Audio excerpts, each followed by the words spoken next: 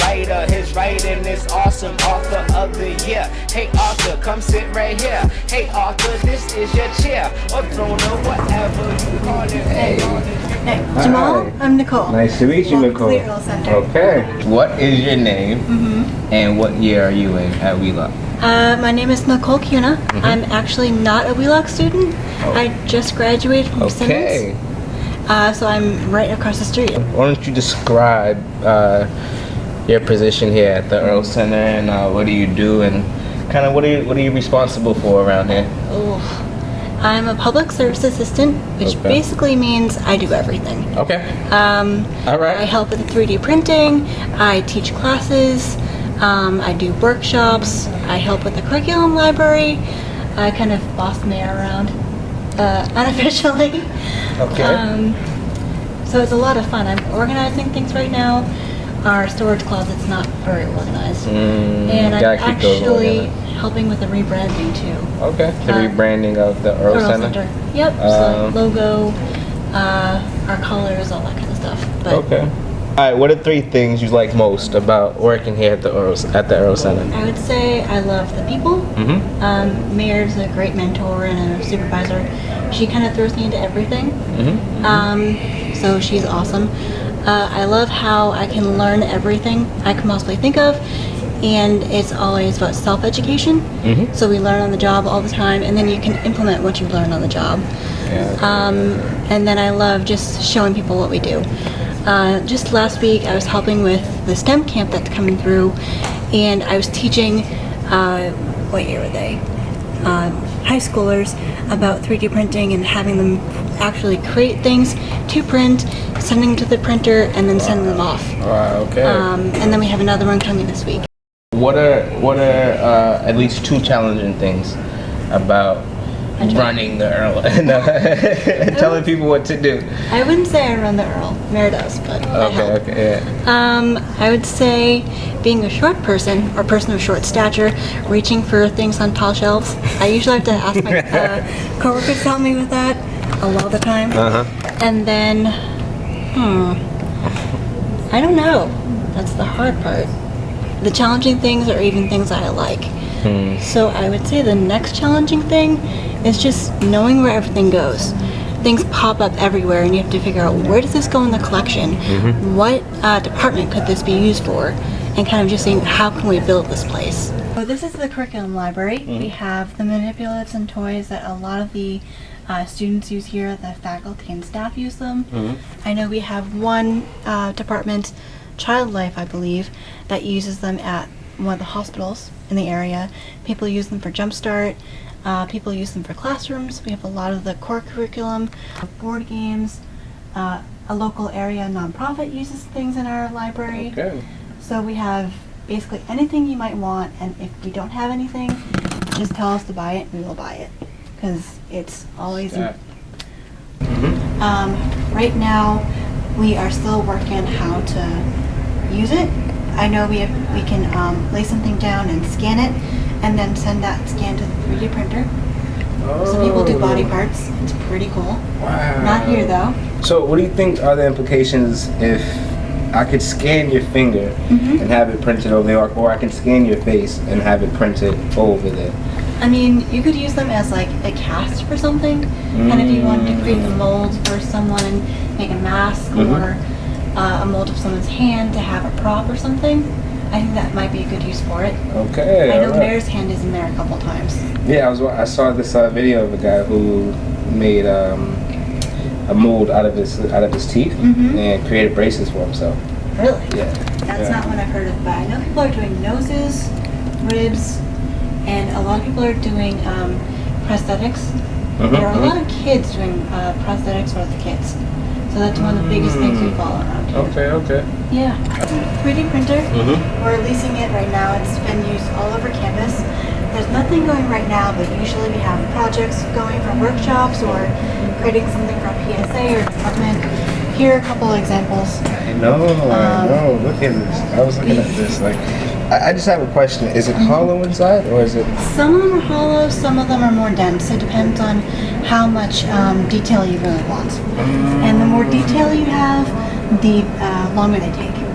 I know it's the science department. They're doing a Braille set. Earlier you mentioned that you are in grad school. So I just finished. Just finished grad school, I'm sorry. I'm sure that was a challenge in itself. How did you balance work with With school. with the world of academia? It was kind of funny because I had 3 jobs going at the same time, all student jobs. So I was working here, working at Simmons, 2 places. But I would say I would focus on my education when I was when there was downtime at my job. But I would make sure that I was helping people out whenever I could. I would say just fly by the seat of my pants kind of thing. It's just second nature of doing things when I can do them and planning the heck out of my life. What give me like 2 of your biggest life challenges. What kind of challenges are you looking for? Like generally, like I guess the being too short to reach the top shelf is one of them. But just mainly what I want to hear is how you go about facing your challenges. You know what I mean? I would say, well, going off the short thing for a second, I get pegged for being a teen all the time. I've been pegged for high school I don't know how many times. Sheesh. And the funny thing is, when I was in high school, I was pegged for college. I don't get it. But I would say for other challenges, I just live my life. If I come up against something, I'll just say, okay, let's see how I can fix this, and just try to find a way around it. Whether it be being a short person, getting what's the word I'm looking for? Step stool, or asking someone for help, or just seeing, I'm not able to create something. How can I find another way to create it? If I'm not great with art, can I do something digitally versus actually doing it physically? Right. Okay. Do you consider yourself to have a disability? Why and how? I would say yes and no, because for most of my life I didn't know I was disabled. My family would use the word challenged. I wasn't disabled. I faced challenges in my day-to-day life, but in I believe the last year or last 2 years, I've identified or self-identified as disabled, found a community, and really found my voice. I would say in that community. Okay. So yes. What is that voice? What is that voice? Really just figuring out what I want to talk to people about.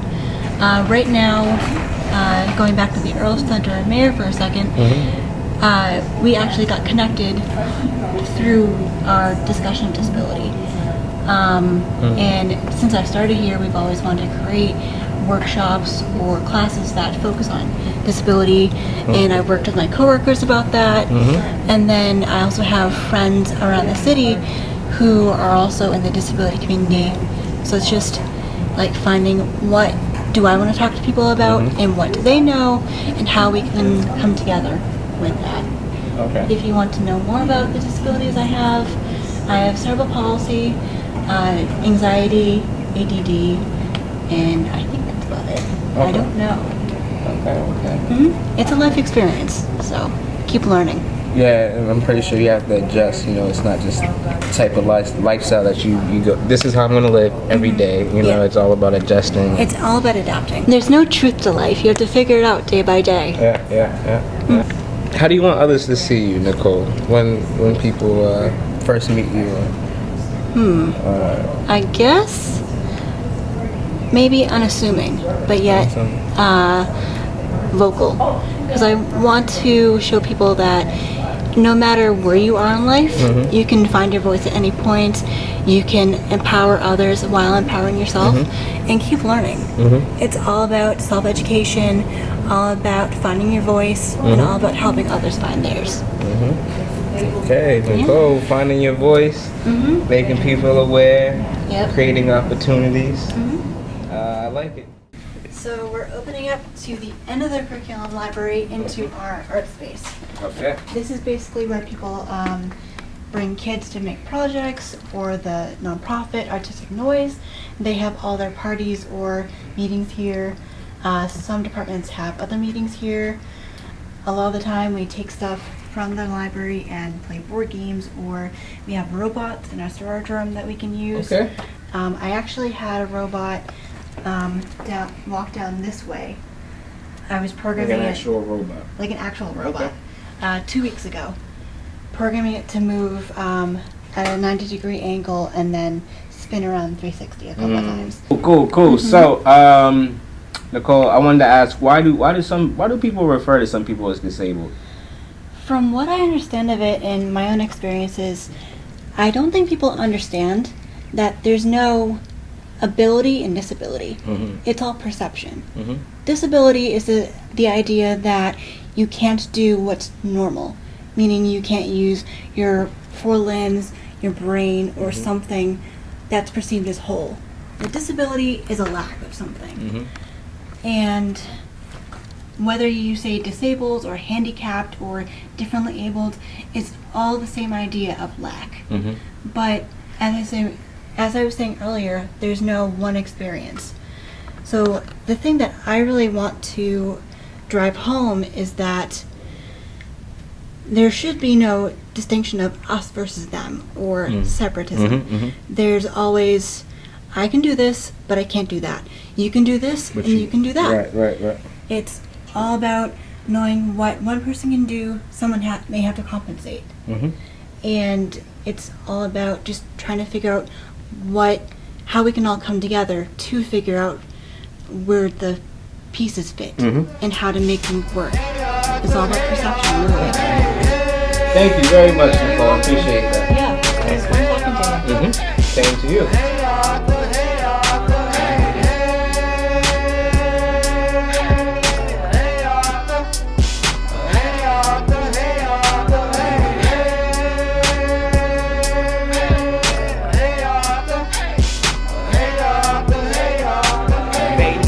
I'm a writer, his writing is awesome, author of the year. Hey Arthur, come sit right here. Hey Arthur, this is your chair, or throne, or whatever you call it. Regardless, they heard you.